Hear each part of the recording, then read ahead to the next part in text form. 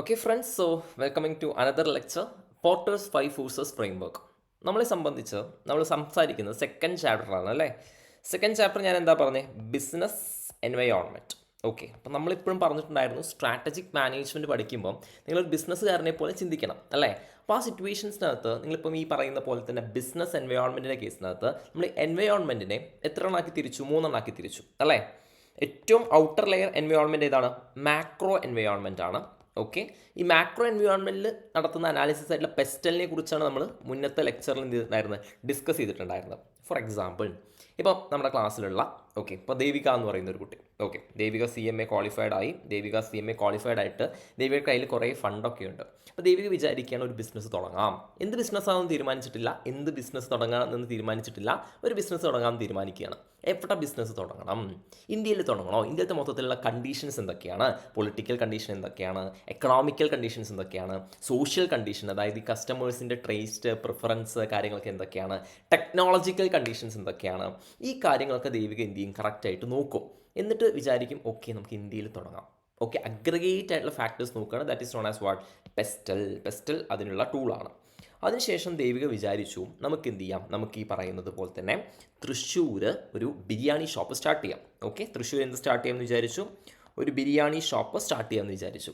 അപ്പോൾ biryani shop start ചെയ്യണം. അപ്പോൾ ആ സിറ്റുവേഷൻസിനകത്ത് നിങ്ങൾ മനസ്സിലാക്കേണ്ട ഒരു കാര്യം എന്ന് പറയുന്നത് എത്രത്തോളം ആ ഇൻഡസ്ട്രി, വിച്ച് മീൻസ് ദാറ്റ് നമ്മൾ ബിസിനസ് തീരുമാനിച്ചില്ലേ, അപ്പോൾ ഇനിയിപ്പോൾ ആ ഇൻഡസ്ട്രീനെ കുറിച്ച് ആലോചിച്ചാൽ മതി. ആ ഇൻഡസ്ട്രി എത്രത്തോളം അട്രാക്റ്റീവ് ആണെന്നുള്ള കാര്യം നോക്കണം. അട്രാക്റ്റീവ് എപ്പോഴാവുക? കോമ്പറ്റീഷൻ അല്ലേ. ഒന്ന് കോമ്പറ്റീഷൻ കുറവാണെന്നുണ്ടെങ്കിൽ അട്രാക്റ്റീവ് ആയിരിക്കും. പിന്നെയും വേറെ കുറച്ച് കാര്യങ്ങളൊക്കെ ഉണ്ട്. അപ്പോൾ നമ്മുടെ ചങ്ങാതിയായിട്ടുള്ള മൈക്കൽ പോർട്ടർ, നമ്മൾ വാല്യൂ ചെയിനെ കുറിച്ച് ഡിസ്കസ് ചെയ്തിട്ടുണ്ടായിരുന്നു. മൈക്കൽ പോർട്ടർ പറഞ്ഞു ഈ ഇൻഡസ്ട്രി അട്രാക്റ്റീവ്നെസ്സും കോമ്പറ്റീഷൻ നോക്കാൻ വേണ്ടിയിട്ട് 5 ഫാക്ടേഴ്സ് നോക്കണമെന്ന് പറഞ്ഞിട്ടുണ്ടായിരുന്നു. അപ്പോൾ അതിനെക്കുറിച്ച് ആ 5 ഫാക്ടേഴ്സിനെ കുറിച്ചാണ് നമുക്ക് എന്ത് ചെയ്യാനായിട്ടുള്ളത്, സംസാരിക്കാനായിട്ടുള്ളത്. Porter's 5 forces framework. സോ സിമ്പിളായിട്ട് ഇത്രയേ ഉള്ളൂ. This framework helps to identify the sources of competition in an industry or sector. That is what? Exposure. എത്രത്തോളം എല്ലാ ഫോഴ്സസിനൊന്നും അത്ര എക്സ്പോഷർ ഒന്നും ഉണ്ടാവില്ല. അവർ firm has in the market from different sources. പല സോഴ്സസ് നമ്മുടെ ഫേമിന് എത്രത്തോളം ഈ പറയുന്ന പോലെ തന്നെ എന്തുണ്ട്, എക്സ്പോഷർ ഉണ്ട്, എത്രത്തോളം നമ്മളെ എഫക്റ്റ് ചെയ്യുന്നുണ്ട്. അവർ firm has in the market from different sources. The 5 forces are not independent of each other. പലതും ഡിപ്പെൻഡൻ്റ് ആയിട്ട് കിടക്കുന്ന കാര്യങ്ങളാണ്. അപ്പോൾ ഫസ്റ്റ് ഫോഴ്സിലോട്ട് പോകാം. That is threat of new entrants. നിങ്ങൾ തന്നെ ചിന്തിച്ച് നോക്കിയാൽ നമ്മുടെ തൃശ്ശൂർ MO റോഡിൽ തന്നെ ഒരുപാട് ഈ പറയുന്നത് പോലെ തന്നെ തുണിയും കാര്യങ്ങളൊക്കെ കച്ചവടം ചെയ്യുന്ന ഷോപ്സ് ഉണ്ട്. അപ്പോൾ ഈ സിറ്റുവേഷനകത്ത് എന്ത് സംഭവിക്കുന്നതെന്ന് വെച്ചാൽ, ഞാൻ ആലോചിച്ച് നോക്കി, ഇപ്പോൾ ഞാനൊരു തുണിക്കട തുടങ്ങുന്ന സമയത്ത് തൊട്ടപ്പുറത്ത് വേറൊരു തുണിക്കട വന്നു. ആ സമയത്ത് എന്ത് സംഭവിക്കും? സപ്ലൈ കൂടും അല്ലേ. സപ്ലൈ കൂടുന്ന സമയത്ത് എന്ത് സംഭവിക്കും? പ്രൈസ് കുറയും. ആൻഡ് ഓൾസോ നമുക്ക് ഭയങ്കര ടൈറ്റ് കോമ്പറ്റീഷൻ ആയിരിക്കും. So that's a point, threat of new entrance. അപ്പോൾ ത്രെറ്റ് ഓഫ് ന്യൂ എൻട്രൻസ് കൂടുമ്പോൾ എന്ത് കുറയും? ഇൻഡസ്ട്രി അട്രാക്റ്റീവ്നെസ് കുറയും. കാരണം എന്താ? കോമ്പറ്റീഷൻ കൂടും. So high risk of entry by potential competitors represents a threat to the profitability of established companies. അപ്പോൾ അങ്ങനത്തെ ഇൻഡസ്ട്രി നമുക്ക് ചൂസ് ചെയ്യാൻ പറ്റുമോ? ചൂസ് ചെയ്യാൻ വേണ്ടിയിട്ട് പറ്റില്ല. More the entry cost to enter into an industry, the more the entry barriers and thus weaker the threat. ഇപ്പോൾ നമ്മുടെ ഒരു ക്ലാസ്സിലെ ഒരു പയ്യനാണ്, ഞാനിപ്പോഴും ആലോചിക്കുന്ന ഒരു പയ്യനാണ്, സാബിത്ത് എന്ന് പറയുന്ന പയ്യൻ. ഈ സാബിത്ത് വണ്ടർ വേൾഡ് എന്ന് പറഞ്ഞിട്ട് സാബിത്ത് ഒരു അമ്യൂസ്മെൻറ്റ് പാർക്ക് തുടങ്ങാമെന്ന് വിചാരിക്കുക. ഈ അമ്യൂസ്മെൻറ്റ് പാർക്ക് എന്നൊക്കെ പറയുന്ന സമയത്ത് അല്ലേ കുറച്ച് ഫണ്ട് വേണ്ടേ എൻ്റർ ചെയ്യാൻ വേണ്ടിയിട്ട്. അപ്പോൾ അതുകൊണ്ട് തന്നെ പെട്ടെന്ന് ഒരാൾക്ക് കോമ്പറ്റീറ്റർക്ക് എത്തിപ്പെടാൻ പറ്റുമോ? ഇല്ല. അപ്പോൾ അതുകൊണ്ട് ആ ഒരു ഇൻഡസ്ട്രി കുറച്ചും കൂടി അട്രാക്റ്റീവാണ്. പക്ഷേ വേറെ പല കാര്യങ്ങളൊക്കെ നമ്മൾ നോക്കേണ്ടതുണ്ട്. അപ്പോൾ ജസ്റ്റ് മനസ്സിലാക്കുക, എൻട്രി കോസ്റ്റ് കൂടുന്തോറും എന്ത് സംഭവിക്കും? എൻട്രി ബാരിയർ ഉണ്ടായിരിക്കും. അതായത് പുതിയൊരു കമ്പനിക്ക് എൻ്റർ ചെയ്യാൻ വേണ്ടി പറ്റില്ല. സോ ആ സമയത്ത് threat വീക്കറായിരിക്കും. Existing organization will build some barriers in order to prevent new entrants. So this is an important question in exam. First important question എന്ന് പറയുന്നത് മൈക്കൽ പോർട്ടറിൻ്റെ 5 forces framework. Second important question എന്ന് പറയുന്നത് ഈ പറയുന്ന barriers എന്തൊക്കെയാണെന്നുള്ളതാണ് സംസാരിക്കാനായിട്ടുള്ളത്. നിങ്ങൾക്ക് already മനസ്സിലായി എന്ന് വിചാരിക്കുന്നു. അതായത് ഇത് എക്സിസ്റ്റിംഗ് ഓർഗനൈസേഷൻ. ഈ എക്സിസ്റ്റിംഗ് ഓർഗനൈസേഷൻ പുതിയ ഓർഗനൈസേഷൻസ് വരാതിരിക്കാൻ വേണ്ടിയിട്ട് ചില ബാരിയേഴ്സ് ബിൽഡ് ചെയ്യും. ആ ബാരിയേഴ്സ് എന്തൊക്കെയാണെന്നുള്ളതാണ് പറയാനായിട്ടുള്ളത്. First point is economies of scale. Economies of scale. നിങ്ങൾ ആലോചിച്ച് നോക്കി, ഭയങ്കര മാസമായിട്ട് പ്രൊഡ്യൂസ് ചെയ്യുന്ന സമയത്ത് 2 ഇൻസ്റ്റിറ്റ്യൂഷൻ്റെ കാര്യം ആലോചിക്കുക. ഇപ്പോൾ ഞാനൊരു CA ഇൻസ്റ്റിറ്റ്യൂഷൻ തുടങ്ങുവാണ്. രഞ്ജിത്ത് വേണ്ടല്ലേ, എൻ്റെ പേരിട്ട ഭയങ്കര ക്രിഞ്ചായിരിക്കും അല്ലേ. എന്ത് പേരിടുക? ഒരുവിധം എല്ലാ പേരും പല ഇൻസ്റ്റിറ്റ്യൂഷനുള്ളതുകൊണ്ട് എനിക്ക് ഒന്നും കിട്ടുന്നില്ല പേര്. എന്ത് പേരാ തുടങ്ങാം? സേ ഫോർ എക്സാമ്പിൾ നമുക്ക് എന്ത് പറയാം, ഈ പറയുന്നത് പോലെ ലേൺ ഹൈ എന്ന് പറയുന്ന ഒരു ഇൻസ്റ്റിറ്റ്യൂഷൻ തുടങ്ങാമെന്ന് വിചാരിക്കാം. ഇങ്ങനൊരു ഇൻസ്റ്റിറ്റ്യൂഷൻ ഇല്ല, ഓക്കെ, ഇനിയിപ്പോൾ എന്തെങ്കിലും ആർക്കെങ്കിലും സിമിലാരിറ്റി തോന്നുന്നുണ്ടെങ്കിൽ യാദൃശ്ചികം മാത്രം. ഓക്കെ, അപ്പോൾ ലേൺ ഹൈ എന്ന് പറയുന്ന ഒരു ഇൻസ്റ്റിറ്റ്യൂഷൻ തുടങ്ങുകയാണ്.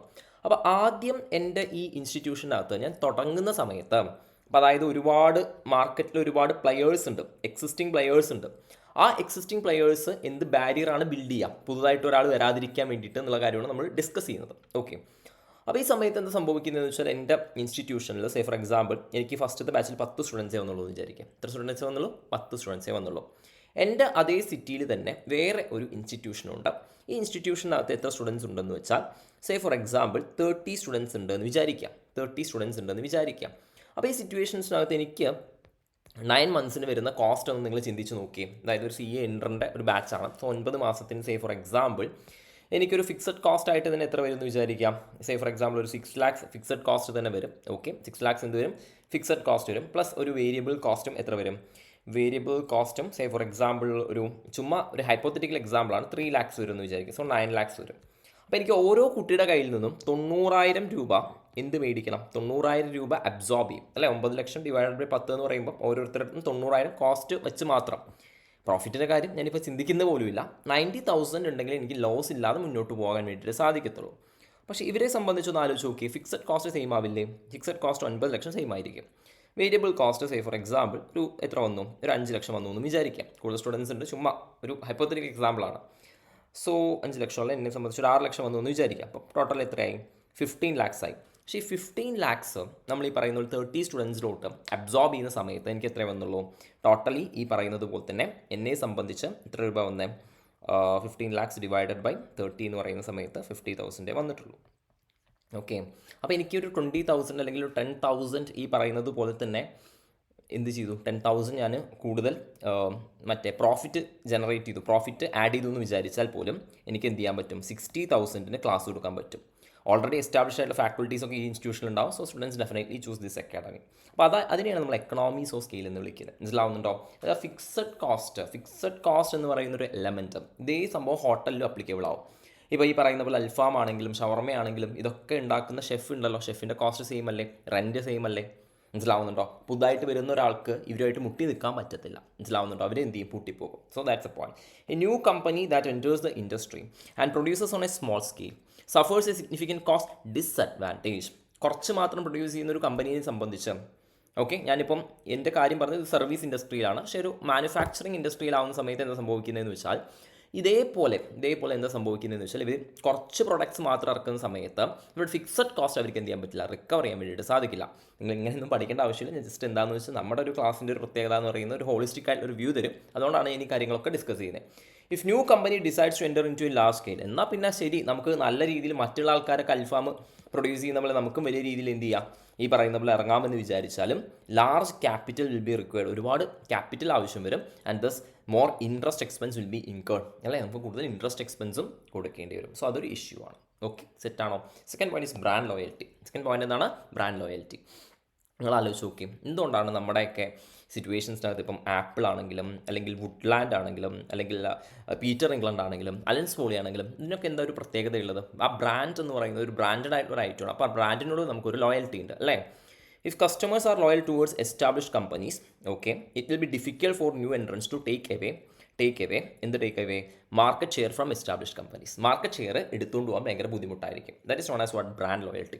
അപ്പോൾ സെറ്റ് അല്ലേ? നിങ്ങൾ ലിങ്ക് ചെയ്ത് ഒന്ന് എന്താ നമ്മൾ സംസാരിക്കുന്ന ഇൻഡസ്ട്രി എന്ന് പറയുന്ന ഒരു ഏരിയയിൽ, ഒരു എൻവയോൺമെൻറ്റിൽ നമ്മളെ സംബന്ധിച്ച് എന്തൊക്കെയാണ് അല്ലേ? നമ്മളെ സംബന്ധിച്ച് ഈ പറയുന്ന പോലെ തന്നെ ഇൻഡസ്ട്രി എന്തൊക്കെയാണ് അട്രാക്റ്റീവ് ആകുന്നത്? ഇതിൻ്റെ 5 force. First force threat of new entrants. Threat of new എൻട്രൻസിൻ്റെ കേസിനകത്ത് നമ്മൾ സംസാരിച്ചു എക്സിസ്റ്റിംഗ് കമ്പനീസ് ചില ബാരിയേഴ്സ് ബിൽഡ് ചെയ്യുന്ന സംസാരിച്ചു. ഫസ്റ്റ് ബാരിയർ സംസാരിച്ചു economics of scale. Second barrier സംസാരിച്ചു that is what? Brand loyalty. Third barrier absolute cost advantage. ഇതിൻ്റെ എക്സാമ്പിൾ പറയുന്ന സമയത്ത് പല സ്റ്റുഡൻസും ചിരിക്കും, പക്ഷേ തൃശ്ശൂരുകാർ ചിരിക്കില്ല. വൈ? ബിക്കോസ് കുന്തം. ഓക്കെ, സാറ് ചുമ്മാ ഓക്കെ ഈ പറഞ്ഞ പോലെ തന്നെ ചളി പറഞ്ഞതൊന്നുമല്ല. കുന്തം എന്ന് പറഞ്ഞിട്ടുള്ളൊരു സെൻറ്റർ ഉണ്ട്. അതായത് വടക്കേ സ്റ്റാൻഡിൻ്റെ ഒക്കെ അവിടെ ആയിട്ടാണ്. നിങ്ങൾക്ക് എല്ലാവർക്കും തൃശ്ശൂരുകാർക്ക് അറിയാം. അവിടെ എന്താണെന്ന് വെച്ചാൽ ഈ പറഞ്ഞ പോലെ ഫോട്ടോസ്റ്റാറ്റ് എടുക്കാനായിട്ട് വളരെ ചെറിയ പൈസയുള്ളൂ. ഓക്കെ, ശരിക്കും പ്രാക്ടിക്കലായിട്ട് നടന്നതാണ്. അവിടെ അടുത്ത് തന്നെ ഒരു സ്റ്റുഡൻസ് ഹെവൻ എന്ന് പറയുന്ന ഒരു ആക്ച്വലി സെൻറ്റർ വന്നു. പക്ഷേ എങ്കിൽ പോലും അവർക്ക് പിടിച്ചു നിൽക്കാൻ പറ്റിയില്ല. ഓക്കെ, അവർക്ക് അബ്സല്യൂട്ട് ആയിട്ടുള്ള കോസ്റ്റ് അഡ്വാൻറ്റേജ് പറയുമ്പോൾ നിങ്ങൾ ജസ്റ്റ് 2 പ്രിൻറ്റ് നോക്കിയാൽ മതി. അതായത് എന്താണെന്ന് വെച്ചാൽ നമ്മുടെ കുന്നത്തു നിന്ന് എടുത്ത പ്രിൻറ്റും നിങ്ങൾക്ക് നോർമലി എടുത്ത പ്രിൻറ്റ് നോക്കുന്ന സമയത്ത് ദർ ആർ സം ഡിഫറൻസസ്. ചില ഡിഫറൻസസ് കാര്യങ്ങളൊക്കെ അതിനകത്ത് ഉണ്ട്. കാരണം എന്താണെന്ന് വെച്ചാൽ അവർ യൂസ് ചെയ്യുന്ന കാട്രിഡ്ജ് ആണെങ്കിലും അവർ ആക്ച്വലി യൂസ് ചെയ്യുന്ന ഇപ്പോൾ പല ഫോട്ടോസ്റ്റാറ്റ് കടയിൽ അടച്ചു പോകുമ്പോൾ അവിടുത്തേക്ക് പ്രിൻറ്റേഴ്സ് ഇവർ മേടിക്കും. എന്നിട്ടാണ് അവർ എന്ത് ചെയ്യുന്നത്, കൂടുതലായിട്ട് അവരുടെ എക്സ്പാൻഷൻ കാര്യങ്ങളൊക്കെ നടത്തുന്നത്. അപ്പോൾ അവർക്ക് അവരുടേതായിട്ടുള്ള രീതിയിലുള്ള ചില ട്രേഡ് സീക്രട്സ് ഉണ്ട്. അത് അവർക്ക് എന്ത് നൽകും, അബ്സല്യൂട്ട് ആയിട്ടുള്ള കോസ്റ്റ് അഡ്വാൻറ്റേജ് നൽകും. What is their cost of production will be reduced. അവരുടെ എന്ത് കുറയും, കോസ്റ്റ് ഓഫ് പ്രൊഡക്ഷൻ റെഡ്യൂസ് ചെയ്യും. ഫോർ എക്സാമ്പിൾ പറയുകയാണെങ്കിൽ മറ്റൊരു ID ഫ്രഷ് എന്ന് പറയുന്ന ഒരു കമ്പനി ഉണ്ട്. ഈ ID ഫ്രഷ് എന്ന് പറയുന്ന കമ്പനി ഉഴുന്നുവടയുടെ ഈ പറയുന്ന സെൻറ്ററിലുള്ള ഹോൾ ഇടാൻ വേണ്ടിയിട്ടുള്ള ആ ഒരു രീതിയിലുള്ള ഒരു പാറ്റൻറ്റഡ് ആയിട്ടുള്ള ഒരു ഇന്നോവേഷൻ കൊണ്ടുവന്നു. അപ്പോൾ അതുവഴി അവർക്ക് കൂടുതൽ ടൈം സേവ് ചെയ്യാൻ പറ്റി. അപ്പോൾ അങ്ങനെ അവരുടെ കോസ്റ്റ് ഓഫ് പ്രൊഡക്ഷൻ കുറയും. കോസ്റ്റ് ഓഫ് പ്രൊഡക്ഷൻ കുറഞ്ഞാൽ പ്രോഫിറ്റ് മാർജിൻ കൂടും. ഓക്കെ, അപ്പോൾ എസ്റ്റാബ്ലിഷ് കമ്പനീസ് എന്ത് ചെയ്യും, അബ്സല്യൂട്ട് ആയിട്ടുള്ള കോസ്റ്റ് അഡ്വാൻറ്റേജ് ഉണ്ടാക്കിയെടുക്കും. ബൈ ദ ഈ പറഞ്ഞ പോലെ തന്നെ പാറ്റൻ്റ് ആയിരിക്കാം, പിന്നെ അല്ലെങ്കിൽ ഈ പറഞ്ഞ പോലെ തന്നെ പ്രൊഡക്ഷൻ പ്രോസസ്സ് ആയിരിക്കാം. ആ രീതിയിലൊക്കെ അബ്സല്യൂട്ട് ആയിട്ടുള്ള അവർക്ക് മാത്രം അവകാശപ്പെട്ട ചില ട്രേഡ് സീക്രട്സ് ഉണ്ടാവും. അത് പുതിയ ആൾക്കാർക്ക് അറിയുന്നുണ്ടാവില്ല. സോ അതുവഴിയും അവർ ബാരിയർ ബിൽഡ് ചെയ്യും. Sometimes new entrants cannot match the established company's lower cost structure. Absolute cost advantage arise from three main sources: better production operations and processes due to accumulated experience. Okay, accumulated ആയിട്ടുള്ള experience വെച്ചിട്ട് അവർക്ക് എന്ത് ചെയ്യും, better production operation processes കാര്യങ്ങളൊക്കെ set ആവും. Patents or trade secrets, കുന്തത്തിൻ്റെ പോലെ ചില trade secrets ഉണ്ടായിരിക്കും. ID ഫ്രഷിൻ്റെ പോലെ ചില പാറ്റൻറ്റും കാര്യങ്ങളൊക്കെ അവിടെ എന്ത് ചെയ്യും, അവിടെ ഈ പറയുന്നത് പോലത്തെ ഉണ്ടായിരിക്കും. Control of particular inputs required for production such as labor, materials, equipment or management skills that are limited in their supply. For example chip industry ഭയങ്കര വലിയ രീതിയിലുള്ള സ്കാർസിറ്റിയും കാര്യങ്ങളൊക്കെ നേരിട്ടുകൊണ്ടിരിക്കുന്നത്. പക്ഷേ ടാറ്റയെ സംബന്ധിച്ച്, ടാറ്റയുടെ ഇലക്ട്രോണിക്സിങ്ങിനെ സംബന്ധിച്ച് ചിപ്പിൽ അവർക്ക് കൂടുതലായിട്ട് എന്തുണ്ട്, ഈ പറയുന്നത് പോലെ തന്നെ സപ്ലൈ ഉണ്ട്. That is also give that absolute cost advantage. Next point is what, access to cheaper funds because existing companies represent lower risk than new entrants. Reliance പോയാൽ കിട്ടുന്ന പോലെ ഒരു ലോൺ ഒരു സ്റ്റാർട്ടപ്പ് പോയി കഴിഞ്ഞാൽ ചിലപ്പോൾ എന്ത് ചെയ്യുന്നില്ല, കിട്ടിക്കൊള്ളുന്നില്ല. വൈ? ബിക്കോസ് എല്ലാവർക്കും ഒരു റിസ്കിനെ കുറിച്ചൊരു പേടി ഉണ്ടായിരിക്കും. ദാറ്റ് ഇസ് ഈ പറയുന്നത് access to cheaper funds because of existing companies represents lower risk than new entrants. If establish companies have absolute cost advantage, threat of entry as a competitive force is weaker ആണെന്നുള്ള കാര്യമാണ് എന്ത് ചെയ്യുന്നത്, സംസാരിക്കാനായിട്ടുള്ളത്. So barriers അല്ലേ പഠിക്കുന്നത്, node revise ചെയ്ത് എന്തൊക്കെയാണ് നമ്മൾ പഠിച്ചത്. ഫസ്റ്റ് നമ്മൾ പറഞ്ഞു എക്കണോമിക്സ് ഓഫ് സ്കെയിൽ, സെക്കൻഡ് നമ്മൾ പറഞ്ഞു ബ്രാൻഡ് ലോയൽറ്റി, അല്ലേ, ബ്രാൻഡ് ലോയൽറ്റിയെക്കുറിച്ച് നമ്മൾ സംസാരിച്ചു. പിന്നെ നമ്മൾ എന്ത് പറഞ്ഞു, ഈ പറയുന്ന പോലെ അബ്സല്യൂട്ട് കോസ്റ്റ് അഡ്വാൻറ്റേജ്. നെക്സ്റ്റ് എന്താ, ആക്സസ് ടു ചീപ്പർ ഫണ്ട്സിൻ്റെ കാര്യം. ഈ പറയുന്നത് പോലെ തന്നെ ഇതിൻ്റെ പോയിൻ്റ് ആയിട്ട് തന്നെയാണ് വരുന്നത്, അബ്സല്യൂട്ട് കോസ്റ്റ് അഡ്വാൻറ്റേജിൻ്റെ പോയിൻ്റ് ആയിട്ട് തന്നെയാണ് വരുന്നത്. നെക്സ്റ്റ് കസ്റ്റമർ സ്വിച്ചിങ് കോസ്റ്റ് ഉണ്ട്. കസ്റ്റമർ സ്വിച്ചിങ് കോസ്റ്റ് എന്ന് പറയുന്നത് എന്താണെന്ന് വെച്ചാൽ, കസ്റ്റമർ സ്വിച്ച് ചെയ്യുന്ന സമയത്ത് രണ്ട് രീതിയിലുള്ള കോസ്റ്റ് ഉണ്ടാകുന്നുണ്ട്. ഒന്ന് മോണിറ്ററി കോസ്റ്റ്, ഒന്ന് എന്താണെന്ന് വെച്ചാൽ സൈക്കോളജിക്കൽ ആയിട്ടുള്ള കോസ്റ്റ്. എന്താണ് മോണിറ്ററി കോസ്റ്റും സൈക്കോളജിക്കൽ ആയിട്ടുള്ള കോസ്റ്റും. സേ ഫോർ എക്സാമ്പിൾ നമ്മുടെ ക്ലാസ് കാണുന്ന വിഷ്ണു ഒരു സോഫ്റ്റ്വെയർ മേടിച്ചു. 10 ലക്ഷത്തിൻ്റെ സോഫ്റ്റ്വെയർ ആയിരുന്നു. ഓരോ വർഷം 2 ലക്ഷം രൂപ വെച്ചിട്ട് മെയിൻ്റനൻസിന് വേണ്ടിയിട്ട് കൊടുക്കണം. അതായത് ബിസിനസ്സിൻ്റെ മറ്റേ കാര്യങ്ങൾ, ഡാറ്റയും കാര്യങ്ങളൊക്കെ സ്റ്റോർ ചെയ്യാനും കാര്യങ്ങൾക്ക് വേണ്ടിയിട്ടാണ് സോഫ്റ്റ്വെയർ എന്ത് ചെയ്ത് ഉണ്ടാക്കി. അപ്പോൾ ആ സിറ്റുവേഷൻ അത് സംഭവിക്കുന്ന കാര്യം മനസ്സിലാക്കുക. അടുത്ത വർഷം 5 ലക്ഷത്തിൻ്റെ സോഫ്റ്റ്വെയർ വന്നു. പക്ഷേ ഈ 10 ലക്ഷത്തിൻ്റെ സോഫ്റ്റ്വെയർ 10 വർഷത്തേക്കാണ് എടുത്തിട്ടുള്ളത്. ഈ 5 ലക്ഷത്തിൻ്റെ സോഫ്റ്റ്വെയർ വരുന്ന സമയത്ത് വിഷ്ണു ഇങ്ങോട്ട് സ്വിച്ച് ചെയ്യില്ല. വൈ? ബിക്കോസ് ആ 10 ലക്ഷം ഓൾറെഡി പോകുന്ന പോലെയാവും. പിന്നെ ഒരു അഡീഷണൽ ആയിട്ട് ഇറ്റ്സ് ലൈക്ക് സങ്ക് കോസ്റ്റ് എന്നൊക്കെ പഠിച്ചിട്ടില്ലേ, ഓൾറെഡി ഇൻകർ ആയിട്ടുള്ള കോസ്റ്റാണ്. അപ്പോൾ സ്വിച്ചിങ് കോസ്റ്റ് എന്ന് പറയുന്നത് വളരെ ഹൈ ആണ്. അപ്പോൾ ആ സിറ്റുവേഷൻസിനാണ് നമ്മൾ ഒരിക്കലും എന്ത് ചെയ്യില്ല, ഈ പറയുന്ന പോലെ ഈ ഒരു റിസ്ക് എടുക്കില്ല. ഇനി അതല്ല, നമ്മുടെ ക്ലാസ് കാണുന്ന വീണ്ടും ദേവികയുടെ അടുത്തൊരു ഐഫോൺ ഉണ്ട്. അപ്പോൾ ദേവിക എപ്പോഴും ട്രിപ്പൊക്കെ പോകുന്ന സമയത്ത് എല്ലാവരും ദേവിക ഫോൺ തരുമോ എന്നൊക്കെ ചോദിക്കും. അപ്പോൾ ദേവിക ഫോൺ കൊടുക്കും. ഫോണൊക്കെ ഈ പറയുന്നത് നല്ല രീതിക്കുള്ള ദേവികയ്ക്ക് ഒരു എന്ത് കിട്ടും, ഒരു അല്ലേ ഓറ കിട്ടും. ഓറ നല്ലല്ലോ അല്ലേ, ദേവികയ്ക്കും ആ ഒരു രീതിയിലുള്ള പ്രസൻസ് കിട്ടും. അപ്പോൾ ആ സിറ്റുവേഷൻസിനകത്ത് ദേവിക എന്ത് ചെയ്തു, സാംസങ് ഫോണിലോട്ട് മാറ്റിയപ്പോൾ പിന്നെ ആരും ദേവിയുടെ ഫോൺ മേടിക്കുന്നില്ല. ദേവികയ്ക്ക് എന്തായി, സാഡായി അല്ലേ, which means a psychological switching cost. If switching cost are high, customers will not buy from the new company even if new entrants offer better products. Okay, അതാണ് സംസാരിക്കുന്നത്. Government regulations, more government restrictions, more will be entry barriers and vice versa. So set barriers നമ്മുടെ തീർന്നു. Next ഫോഴ്സിലോട്ടാണ് നമ്മൾ പോകുന്നത്. 5 ഫോഴ്സിലത്തെ ഒരു force തീർന്നു. Second force is what, competitive rivalry. എന്താണ് competitive rivalry? എന്താണ് കോമ്പറ്റീറ്റീവ് റൈവൽറി എന്ന് ചോദിച്ചാൽ, okay, Indians rivalry means lower prices or more spending on advertisements. Okay, like airline കമ്പനീസൊക്കെ വളരെ വലിയ രീതിയിലുള്ള കോമ്പറ്റീഷൻ നടക്കുന്നുണ്ട്. എക്സ്ട്രീം കോമ്പറ്റീഷനാണ് റൈവൽറി എന്ന് വിളിക്കുന്നത്. റൈവൽറി നടക്കുന്ന സമയത്ത് എന്ത് ചെയ്യും, അവരവരുടെ പ്രൈസ് ലോവർ ചെയ്യും. ഈവൺ അവരുടെ ഈ പറയുന്ന പോലെ കോസ്റ്റ് ഓഫ് പ്രൊഡക്ഷനേക്കാൾ താഴെ വരെ എന്ത് ചെയ്യും, പ്രൈസ് ലോവർ ചെയ്യും. അത് ഇൻഡസ്ട്രിയുടെ പ്രോഫിറ്റ്സിനെ എന്ത് ചെയ്യും, വലിച്ച് താഴത്തോട്ട് ഇടും. Okay, thus intense rivalry among establish companies constitutes a strong threat to profitability. Already അങ്ങ് റൈവൽറി ആയിട്ട് അങ്ങ് ചോരക്കളായിട്ട് നിൽക്കുന്ന ഒരു ഇൻഡസ്ട്രിയിലോട്ട് നമ്മൾ എൻ്റർ ചെയ്യുമോ മക്കളെ? ഇല്ല. അറിഞ്ഞുകൊണ്ട് ആരെങ്കിലും കടലിൽ ചാടുമോ? ഇല്ല. If rivalry is less, higher level of industry profits. Okay, അപ്പോൾ നിങ്ങൾ ഇങ്ങനെയാണ് പഠിക്കേണ്ടത്. നിങ്ങൾ ജസ്റ്റ് എക്സാമ്പിൾ വെച്ചിട്ട് മൈൻഡിൽ രജിസ്റ്റർ ചെയ്യുക, വായിച്ചു നോക്കുക. ആ ഒരു രീതിയിൽ നിങ്ങൾ എന്ത് ചെയ്യണം, പഠിക്കണം. So that's a point. 4 factors have major impact on intensity of rivalry among establish companies within an industry. എന്തൊക്കെയാണ് 4 ഫാക്ടേഴ്സ് എന്നുള്ള കാര്യം നമുക്ക് നോക്കാം. First one is industry competitive structure. Industry നമ്മൾ രണ്ടെണ്ണമായിട്ട് ക്ലാസിഫൈ ചെയ്യുന്നത് fragmented industry and another thing is what consolidated industry. എന്താണ് fragmented industries, രണ്ടാമത്തെ എന്താണ് കൺസോളിഡേറ്റഡ് ഇൻഡസ്ട്രി. ഫ്രാഗ്മെൻറ്റഡ് ഇൻഡസ്ട്രി എന്ന് പറയുന്നത് നമ്മൾ എംഒ റോഡിലൊക്കെ പറഞ്ഞ പോലെ തന്നെ ഒരുപാട് ഷോപ്സ്, ഓക്കെ, ഈ പറയുന്ന ടെക്സ്റ്റൈൽ ഷോപ്സ് കാര്യങ്ങളൊക്കെ ഉണ്ട്. അങ്ങനത്തെയുള്ള ഇൻഡസ്ട്രിയാണ് നമ്മൾ എന്ത് വിളിക്കുന്നത്, ഫ്രാഗ്മെൻറ്റഡ് ഇൻഡസ്ട്രി എന്ന് വിളിക്കുന്നത്. കൺസോളിഡേറ്റഡ് ഇൻഡസ്ട്രി എന്ന് പറയുന്ന ഒരു മോണോപ്പൊളി അല്ലെങ്കിൽ ഒരു ഒളിഗോപ്പൊളി, നമുക്ക് വേണമെച്ചാൽ ഒരു പെട്രോൾ പമ്പ്സും അല്ലെങ്കിൽ ഒരു ജ്വല്ലറി ഒക്കെ വേണമെച്ചാൽ എന്ത് ചെയ്യാം, കൺസോളിഡേറ്റഡ് ഇൻഡസ്ട്രി എന്നുള്ളതിൽ പറയാൻ വേണ്ടിയിട്ട് പറ്റും. നിങ്ങൾ ആക്ച്വലി ഇക്കണോമിക്സിൽ പഠിച്ചിട്ടുണ്ട്, that is perfect competition market. Okay, so perfect competition മാർക്കറ്റും ഫ്രാഗ്മെൻറ്റഡ് ഇൻഡസ്ട്രി ഏകദേശം മോർ ഓർ ലെസ് സെയിം തന്നെയാണ്. So competitive structure of an industry refers to number and size of distribution companies in the industry. Fragmented industry consists of large number of small or medium sized companies. ഞാൻ നേരത്തെ പറഞ്ഞല്ലോ, അതായത് ഈ MO റോട്ടിലൊക്കെയുള്ള ചെറിയ കുറേ textile ഷോപ്സും കാര്യങ്ങളൊക്കെ ഉണ്ട്. അവരെ വിളിക്കുന്നവർ പ്രൈസ് ടേക്കേഴ്സ് എന്നാണ്. ഓക്കെ, കാരണം അവർക്ക് പ്രൈസ് ഉണ്ടാക്കാൻ, പ്രൈസ് മേക്ക് ചെയ്യാനായിട്ടുള്ള ഒരു എബിലിറ്റിയോ കാര്യങ്ങളൊന്നുമില്ല. Low entry barriers and commodity type products, no differentiation in product, പ്രത്യേകിച്ച് മാറ്റമൊന്നും ഉണ്ടാവില്ല. ഓക്കെ, അങ്ങനത്തെ പ്രൊഡക്ട്സ് ആയിരിക്കും. അപ്പോൾ അതുകൊണ്ട് എന്താണെന്ന് വെച്ചാൽ ഈ ഓണത്തിൻ്റെ സമയത്തൊക്കെ ഭയങ്കര ബൂമിങ് വരും. അതായത് നല്ല രീതിക്ക് ആൾക്കാർ ഈ പറയുന്ന പോലെ ഇതൊക്കെ പർച്ചേസ് ചെയ്യും, പക്ഷേ അത് അതേപോലെ താഴുകയും ചെയ്യും. ഇതാണ് economic boom times in fragmented industries are often relatively short lived because the ease of new entry can soon result in excess capacity. അപ്പോൾ ഓണത്തിന് നമുക്ക് കൂടുതൽ കച്ചവടം കിട്ടുന്ന സമയത്ത് പുതിയ ആൾക്കാർ കയറി വരും, കാരണം ബാരിയേഴ്സ് ഇല്ല. ആ സമയത്ത് എന്ത് സംഭവിക്കും, അവിടെ സപ്ലൈ കൂടും, which in turn leads to intense price competition and the failure of less efficient enterprises. A fragmented industry structure then constitute a threat rather than opportunity. So ഒരു ത്രെറ്റ് ആണ്. പക്ഷേ അതിൻ്റെ നേരെ ഓപ്പോസിറ്റാണ് കൺസോളിഡേറ്റഡ് ഇൻഡസ്ട്രി. അത് കുറച്ചും കൂടെ ഒരു മോണോപ്പൊളി അല്ലെങ്കിൽ ഒളിഗോപ്പൊളി. ഒളിഗോപ്പൊളി എന്ന് പറയുമ്പോൾ രണ്ടിൽ കൂടുതലോ ഓർഗനൈസേഷൻസ് കൺട്രോൾ ചെയ്യുന്ന ആ ഒരു സിറ്റുവേഷനാണ് ഒളിഗോപ്പൊളി എന്ന് വിളിക്കുന്നത്. It's dominated by small number of large companies and oligopoly or in extreme cases by just one company, monopoly. They are known as price makers. Okay, rivalry increases as companies attempt to undercut each other's prices. Undercut ചെയ്യുക എന്ന് പറയുന്നത് എന്താണെന്ന് വെച്ചാൽ രണ്ട് പേരും ഈ പറയുന്നത് maximum എന്ത് ചെയ്യാൻ വേണ്ടി നോക്കും, പ്രൈസ് കുറയ്ക്കാൻ നോക്കും. Or offer customers more value in their products, pushing industry profits down in the process. Profit margin കുറയും, പ്രോഫിറ്റ് മാർജിൻ എന്ത് ചെയ്യും, കുറയും. Second point is industry demand. Demand നിങ്ങൾക്ക് ആലോചിച്ച് അറിയാലോ, ഡിമാൻഡ് കൂടുന്തോറും റൈവലറി കുറയും. ജ്വല്ലറിയുടെയൊക്കെ കാര്യം അതാണ്. ജ്വൽസ് ഡിമാൻഡ് കൂടുതലാണ് അല്ലേ, ഈ കൂടുതൽ പ്ലെയേഴ്സ് ഉണ്ടെങ്കിൽ പോലും ഡിമാൻഡ് കൂടുതലാണ്. Growing demand tend to reduce competition by providing greater scope for companies to compete for customers. High industry profits are often the result. Industry profits കൂടുതലായിരിക്കും. Declining demand results in increased rivalry as companies want to maintain market share and revenues. പരസ്പരം പോരടിച്ചുകൊണ്ടിരിക്കും market share കിട്ടാൻ വേണ്ടിയിട്ടും revenues കൂട്ടാൻ വേണ്ടിയിട്ടും. So rivalry കൂടുതലായിരിക്കും.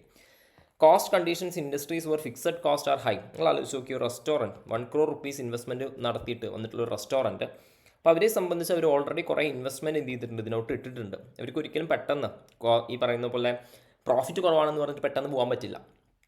പകരം അവരെന്ത് ചെയ്യും, കടിച്ചു തൂങ്ങി നിൽക്കും അല്ലേ. പല ഷെഫിനെയൊക്കെ ഇറക്കിയിട്ടുണ്ട് ചൈനയിൽ നിന്നും, പിന്നെ അതുപോലെ തന്നെ മറ്റ് പല സ്ഥലങ്ങളിൽ നിന്നായിട്ട് ഇറക്കിയിട്ടുണ്ട്. അപ്പോൾ ആ സിറ്റുവേഷനകത്ത് അവർക്കും ഒരു കോൺട്രാക്റ്റ് പോലെ വെച്ചിരിക്കുകയാണ്, സാലറി കൊടുക്കണം എന്നുള്ള രീതിയിൽ. അപ്പോൾ അവർക്ക് വേറെ വഴിയില്ല. നേരെ കുറച്ച് തട്ടുകടയാണെങ്കിലോ പെട്ടെന്ന് തന്നെ എന്ത് ചെയ്യാൻ പറ്റും അല്ലേ, പൊളിച്ച് പോകാൻ വേണ്ടിയിട്ട് സാധിക്കും. So fixed cost high ആണെങ്കിൽ firms will not be profitable. Sales volume is low. Thus, they have to cut their prices or increase promotional spending to increase sales volume to cover fixed cost. അപ്പോൾ ഞാൻ നോക്കുന്നത് എന്താണെന്ന് വെച്ചാൽ എനിക്ക് profit ഒന്നും വേണ്ട, എനിക്ക് ആ ഇൻട്രസ്റ്റ് കൊടുക്കാനുള്ള പൈസയെങ്കിലും കിട്ടണം എന്നുള്ളതിൽ ഞാൻ മാക്സിമം കുറയ്ക്കും പൈസ. അപ്പോൾ ആ സിറ്റുവേഷൻസിനകത്ത് എന്ത് സംഭവിക്കും, റൈവലറി കൂടുതലായിരിക്കും. Exit barriers. Okay, exit barriers R economic, strategic and emotional factors that prevent companies from leaving the industry. Profitable അല്ലെങ്കിൽ പോലും കമ്പനീനെ ഇൻഡസ്ട്രിയിൽ പിടിച്ചു നിർത്തുന്ന ഫാക്ടേഴ്സിനെയാണ് നമ്മൾ എന്ത് വിളിക്കുന്നത്, എക്സിറ്റ് ബാരിയേഴ്സ് എന്ന് വിളിക്കുന്നത്. എക്സിറ്റ് ബാരിയേഴ്സ് കൂടുതലാണെന്നുണ്ടെങ്കിൽ ഓർഗനൈസേഷൻസ് എന്ത് ചെയ്യും, ഒരു അൺപ്രോഫിറ്റബിൾ ഇൻഡസ്ട്രിയിൽ ലോക്കപ്പ് ആവും. ദ റിസൾട്ട് എന്ന് പറയുന്നത് എന്താണ്, എക്സസ് പ്രൊഡക്റ്റീവ് കപ്പാസിറ്റി ആയിരിക്കും. ക്ലിയർ ആണെന്ന് വിചാരിക്കുന്നു. സോ 2 പോയിന്റ് നമ്മൾ ഡിസ്കസ് ചെയ്തു. That is the threat of new entrants and second point എന്തായിരുന്നല്ലോ, competitive rivalry. Third point, bargaining power of buyers. Okay, so bargaining power of ബയേഴ്സിലോട്ട് വരുന്ന സമയത്ത് എന്ത് സംഭവിക്കുന്നത് എന്നുള്ള കാര്യം കറക്റ്റായിട്ട് മനസ്സിലാക്കുക. ഓക്കെ, അതായത് എന്താണെന്ന് വെച്ചാൽ ബയേഴ്സ് മാക്സിമം എന്ത് ചെയ്യുക, നെഗോഷിയേറ്റ് ചെയ്യണം പ്രൈസിന് വേണ്ടിയിട്ട്. അപ്പോൾ ആ സമയത്ത് എന്ത് സംഭവിക്കും, നമ്മുടെ പ്രോഫിറ്റ് മാർജിൻ കുറയും അല്ലേ, പ്രോഫിറ്റ് മാർജിൻ നമ്മുടെ കുറയും. ഈ സിറ്റുവേഷൻസിനകത്ത് ഉണ്ടാവുക കൂടുതലായിട്ട് ഈ പെർഫെക്റ്റ് കോമ്പറ്റീഷൻ മാർക്കറ്റിലാണ് ഈ ഒരു ഇഷ്യൂ ഉണ്ടാവുക. കൂടുതൽ ഈ ടെക്സ്റ്റൈൽ ഷോപ്സ്, മറ്റ് ഐറ്റംസ് അങ്ങനത്തെ സംഭവങ്ങളിലൊക്കെയാണ് ഉണ്ടാവുക. So it refers to the ability of the buyers to bargain prices charged by the companies. Okay, by lowering prices, powerful buyers can squeeze profits എന്ത് ചെയ്യാൻ പറ്റും, എടുത്തുകൊണ്ട് പോകാൻ പറ്റും out of an industry. Powerful buyers therefore should be viewed as a threat. Okay, buyers ഏതൊക്കെ സിറ്റുവേഷൻസിനകത്താണ് powerful ആവുക എന്നുള്ള കാര്യമാണ്. When the buyers have a choice of who to buy from, അതായത് എന്താണെന്ന് വെച്ചാൽ അവർക്ക് ഡിഫറെൻ്റ് ആയിട്ടുള്ള ഓപ്ഷൻസ് ഉണ്ട്. ഫോർ എക്സാമ്പിൾ, ഇപ്പോൾ ഡൽഹിയിൽ നമ്മുടെ കരോൾ ബാഗിൽ ഞാൻ പോയിട്ട് ഒരു വിൻ്റർ ജാക്കറ്റ് എടുക്കുക എന്ന് വിചാരിക്കാം. അപ്പോൾ ആ സിറ്റുവേഷൻസിനകത്ത് ഞാൻ നോക്കുന്ന സമയത്ത് ഒരു 1000 രൂപ പറഞ്ഞു, ഞാനൊരു 600 തുടങ്ങി, 700 വരെ മാക്സിമം പോയി, 700 ഇയാൾ തരില്ലെന്ന് പറഞ്ഞു. ഞാൻ ഉടനെ അപ്പുറത്ത് പോകും, പുറത്ത് പോയിട്ട് എന്ത് 700 മേടിക്കും. ഇറ്റ് മീൻസ് ദാറ്റ് എനിക്ക് ചോയ്സ് ഉണ്ട്. If the industry is monopoly, buyers obviously lack choice. സ്റ്റാർബക്സിൽ പോയിട്ട് ഞാൻ മാർഗിൻ ചെയ്യണം, പൊക്കോളം പറയല്ലേ. Okay, the buyers are purchase in large quantities, wholesale buyers ആണ്. ഒരു ഐറ്റം പർച്ചേസ് ചെയ്യുന്ന സമയത്ത് നമ്മൾ ഡിസ്കൗണ്ട് വെച്ചാൽ ചിലപ്പോൾ അവർ ഈ പറയുന്ന പോലെ തന്നെ എന്ത് ചെയ്യണമെന്നില്ല, തരണമെന്നില്ല. പക്ഷേ നമ്മളൊരു 100 ഐറ്റം മേടിക്കുകയാണെന്ന് വിചാരിക്കുക, ഹോൾസെയിൽ ബയേഴ്സ് ആണെന്നുണ്ടെങ്കിൽ ആ സമയത്തും ഡെഫിനറ്റ്ലി എന്ത് സംഭവിക്കും, ഈ പറയുന്നത് പോലെ തന്നെ ബാർഗെയിൻ പവർ കൂടുതലായിരിക്കും. In such circumstances buyers can use their purchasing power as a tool to bargain for price reductions. Next എന്താണെന്ന് വെച്ചാൽ supply industry depends upon buyers. For example, നമ്മുടെ ക്ലാസ്സിലുള്ള നീലിമ എന്ന് പറയുന്ന കുട്ടി, നീലിമ, ഓക്കെ, സ്പെല്ലിംഗ് തെറ്റിപ്പോയി. ഞാനൊക്കെ എൻ്റെ പാസ്റ്റ് ഇയർ സ്റ്റുഡൻസ് എന്നുള്ള എക്സാമ്പിൾസാണ് എടുക്കുന്നത്. നീലിമ, അപ്പോൾ നീലിമ എന്ന് പറയുന്ന കുട്ടി ആക്ച്വലി എന്താ സംഭവിക്കുന്നതെന്ന് വെച്ചാൽ ചിപ്സ് ഉണ്ടാക്കുന്നുണ്ട്, ചിപ്സ്, നീലിമ ചിപ്സ്. ഓക്കെ, അപ്പോൾ ഈ ചിപ്സ് കൊടുക്കുന്നത് ഒരു ബേക്കറിയിലോട്ടാണെന്ന് വിചാരിക്കുക. ബേക്കറിയുടെ പേരെന്താ? ബേക്കറിയുടെ പേര് നമുക്ക് എഗെയിൻ ഏതെങ്കിലും സ്റ്റുഡൻറ്റിൻ്റെ പേര് എടുക്കാം. Okay, Abhijith bakery. Okay, Abhijith ബേക്കറിയിലാണ് ചിപ്സ് കൊടുക്കുന്നതെന്ന് വിചാരിക്കാം. അപ്പോൾ അഭിജിത്ത് ബേക്കറി എപ്പോഴും ഈ പറയുന്നത് പോലെ തന്നെ, അഭിജിത്ത് ബേക്കറിനെയാണ് ആര് ഡിപ്പെൻഡ് ചെയ്യുന്നത്? നീലിമ ഡിപ്പെൻഡ് ചെയ്യുന്നത് ചിപ്സ് ചിലവാൻ വേണ്ടിയിട്ട്. ഭയങ്കര ബൾക്ക് ഓർഡറാണ്. അപ്പോൾ ആ സിറ്റുവേഷനകത്ത് അഭിജിത്ത് ബാർഗെയിൻ ചെയ്യണം. അതായത് ഇനി മുതൽ ചിപ്സിന് 140 രൂപ per kg തരില്ല, 110 തരൂ എന്നുള്ള രീതിയിൽ പറയുവാണ്. അപ്പോൾ ആ സിറ്റുവേഷനകത്ത് നീലിമയ്ക്ക് പെട്ടെന്നൊരു ബയ്യറിനെ കണ്ടുപിടിക്കാൻ പറ്റില്ല, ബുദ്ധിമുട്ടായിരിക്കും.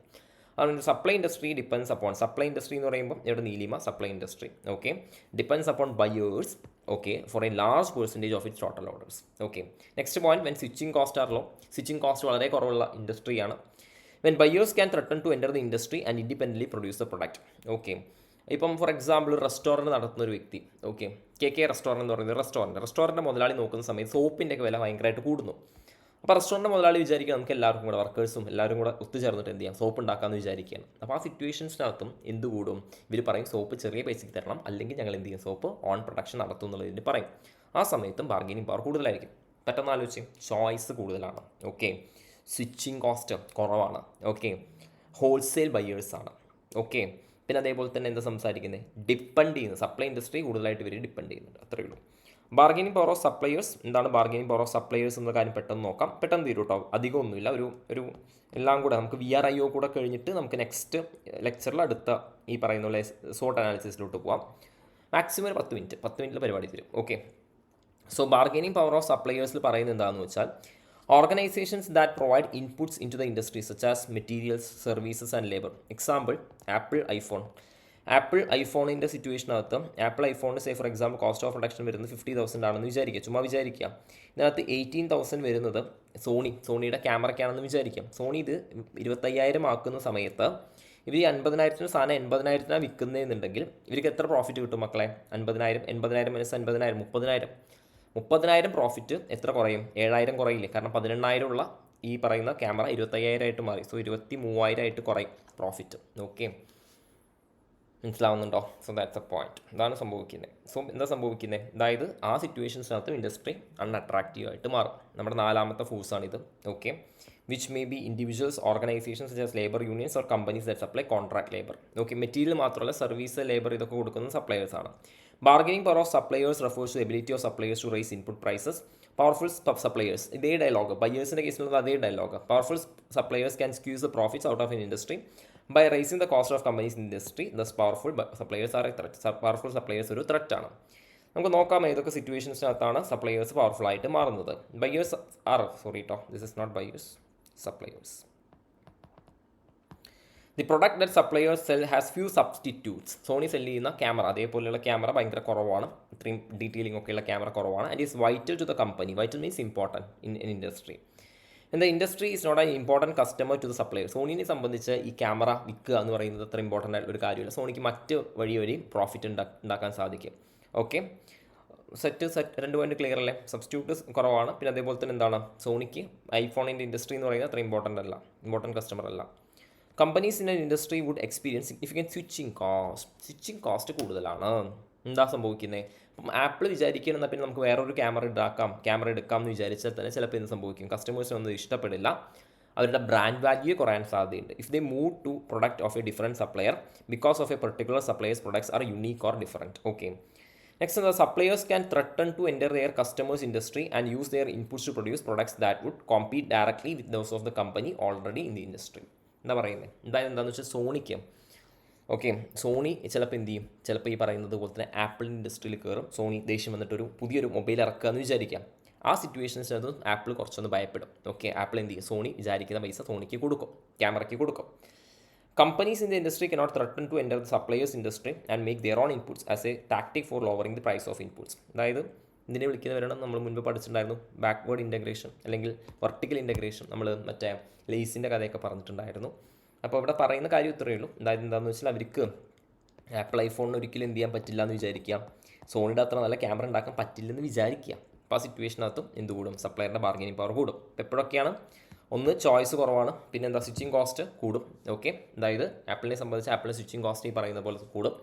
സോണീനെ സംബന്ധിച്ച് സോണി ആപ്പിളിൻ്റെ ഇൻഡസ്ട്രിയിലോട്ട് കിടക്കും, ആപ്പിളാണെങ്കിൽ സോണിയുടെ ഇൻഡസ്ട്രിയിലോട്ട് കിടക്കാനും കഴിയില്ല. ഇതൊക്കെയാണ് reasons. Next, threat of substitute products. Substitutes കൂടുന്തോറും നമ്മൾ എന്ത് സംഭവിക്കും, നമ്മുടെ പ്രൊഡക്റ്റിൻ്റെ പ്രൈസോ വല്ലതൊക്കെ കൂട്ടിക്കഴിഞ്ഞു വെച്ചാൽ നമ്മൾ സബ്സ്റ്റിറ്റ്യൂട്ടിലോട്ട് ഇറങ്ങും. വിച്ച് മീൻസ് ദാറ്റ് നമ്മളെ സംബന്ധിച്ച് ഈ പറയുന്നത് സ്വിച്ചിങ്, നമ്മളെ സംബന്ധിച്ച് കസ്റ്റമേഴ്സ് പെട്ടെന്ന് സ്വിച്ച് ആവും. പക്ഷേ നമുക്ക് സബ്സ്റ്റിറ്റ്യൂട്ട്, നമ്മുടെ പ്രൊഡക്റ്റിന് സബ്സ്റ്റിറ്റ്യൂട്ട്സ് കുറവാണെങ്കിൽ, ഇപ്പോൾ എക്സാമ്പിൾ സൈൻ ലബാൻ്റെ സബ്സ്റ്റിറ്റ്യൂട്ട് കുറവല്ലേ, സോ അതുകൊണ്ട് സൈൻ ലബാൻ എന്ത് ചെയ്യുന്നു, മാർക്കറ്റിൽ പിടിച്ച് നിൽക്കുന്നില്ല എന്നല്ല, നല്ല പ്രോഫിറ്റ് ഉണ്ടാക്കുന്നുണ്ട്. So products of different businesses or industries that can satisfy similar customer needs. Okay, ഇതിനെയാണ് സബ്സ്റ്റിറ്റ്യൂട്ട് പ്രൊഡക്റ്റ് എന്ന് വിളിക്കുന്നത്. Existence of close substitute is A strong competitive threat. It limits industry profitability കുറയ്ക്കും എന്നുള്ള കാര്യമാണ് സംസാരിക്കുന്നത്.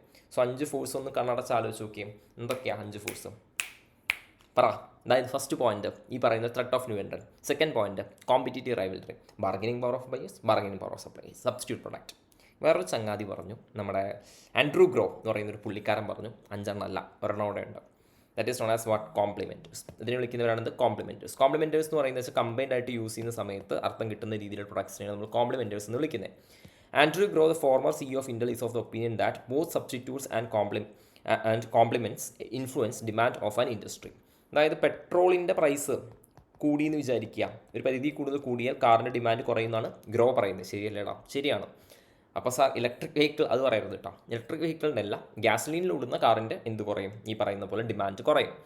According to Grow, complementers are companies that sell products that add value to the products of companies in an industry because when used together, the use of the combined products better satisfy customer needs. അങ്ങനെ combined ആയിട്ട് use ചെയ്യുന്ന സമയത്താണ് അത് എന്ത് ചെയ്യുക, customer needs satisfy ചെയ്യാം.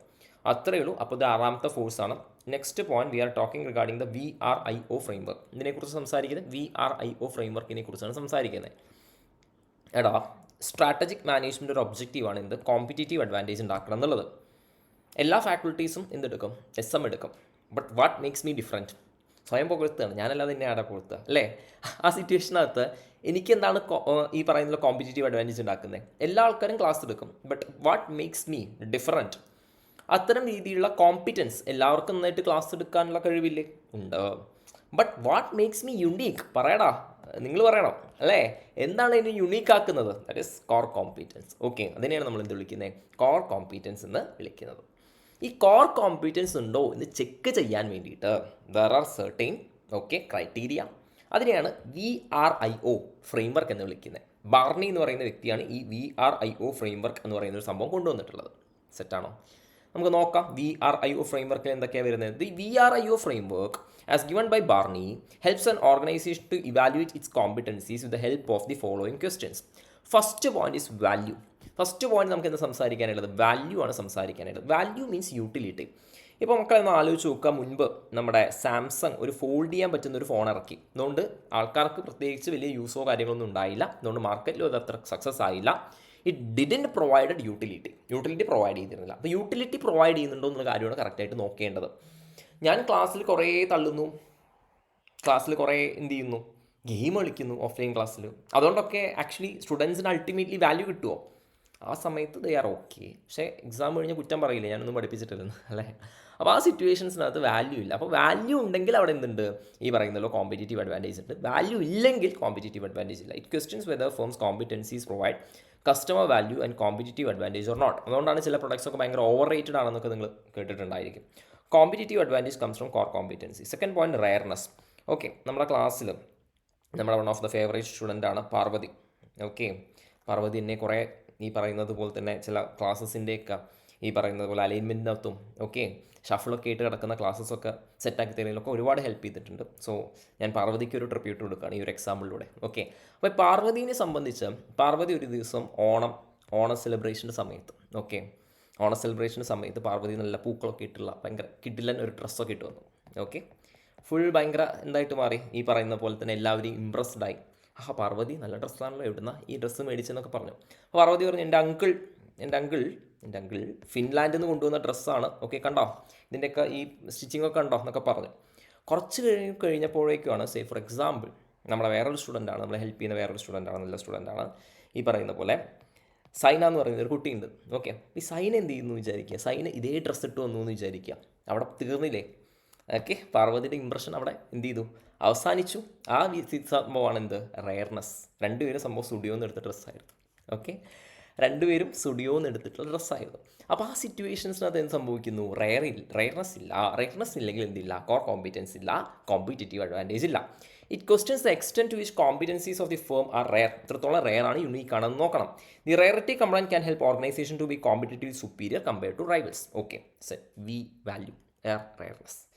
ഇമിറ്റബിലിറ്റി നിങ്ങൾ ആലോചിച്ച് നോക്കിയേ. സേ ഫോർ എക്സാമ്പിൾ എൻ്റെ ഈ ക്ലാസ് ഓക്കെ എൻ്റെ ഒരു കോമ്പറ്റീറ്റർ ആയിട്ടുള്ള ഏതെങ്കിലും ആരും കാണുന്നുണ്ടെന്ന് വിചാരിക്കുക, ചുമ്മാ വിചാരിക്കുക.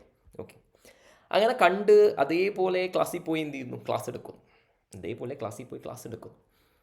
പക്ഷേ ഞാൻ ചോദിക്കട്ടെ, ഇതേ ഒരു പ്രസൻറ്റേഷൻ പുള്ളിക്ക് കൊണ്ടുവരാൻ സാധിക്കുമോ? അവിടെ സാധിക്കില്ലെന്ന് പറയണം, സാധിക്കില്ല. അപ്പോൾ അങ്ങനെയാണെന്നുണ്ടെങ്കിൽ എന്തല്ല, എനിക്ക് കോർ കോമ്പീറ്റൻസ് ഉണ്ട് അല്ലേ. ആ ഒരു ടീച്ചിങ് ഈസ് ആൻ ആർട്ട് എന്നൊക്കെ നമ്മൾ പറയും. അതായത് എങ്ങനെയാണ് ആർട്ട് എന്നുള്ള രീതിയിലൊക്കെ പറയും. സോ ഇമിറ്റേറ്റ് ചെയ്യാൻ പറ്റാത്ത രീതിയിലുള്ള സംഭവമായിരിക്കും. പാറ്റൻറ്റഡ് പ്രൊഡക്ട്സ് ആണെങ്കിൽ ഡെഫിനറ്റ്ലി ഇമിറ്റേറ്റ് ചെയ്യാൻ പറ്റില്ല. ലൈക്ക് ആപ്പിളിൻ്റെ iOS ഒന്നും ഇമിറ്റേറ്റ് ചെയ്യാൻ പറ്റില്ല. One of the factors on which ഞാൻ ഈ പറയുന്ന സ്വയം ബുക്കുമല്ല, ചുമ്മാ നിങ്ങൾക്ക് കണക്ട് ചെയ്യാൻ വേണ്ടിയിട്ടുള്ള ഒരു എക്സാമ്പിൾ ഇട്ട് തരുവാണ്. One of the factors on which durability of competitive advantage depends is barriers to the imitation. ഇത്രത്തോളം ബാരിയേഴ്സ് ഉണ്ട്. Tangible resources are easy to imitate, varies intangible resources just reputation, capabilities, marketing strategies അല്ലേ.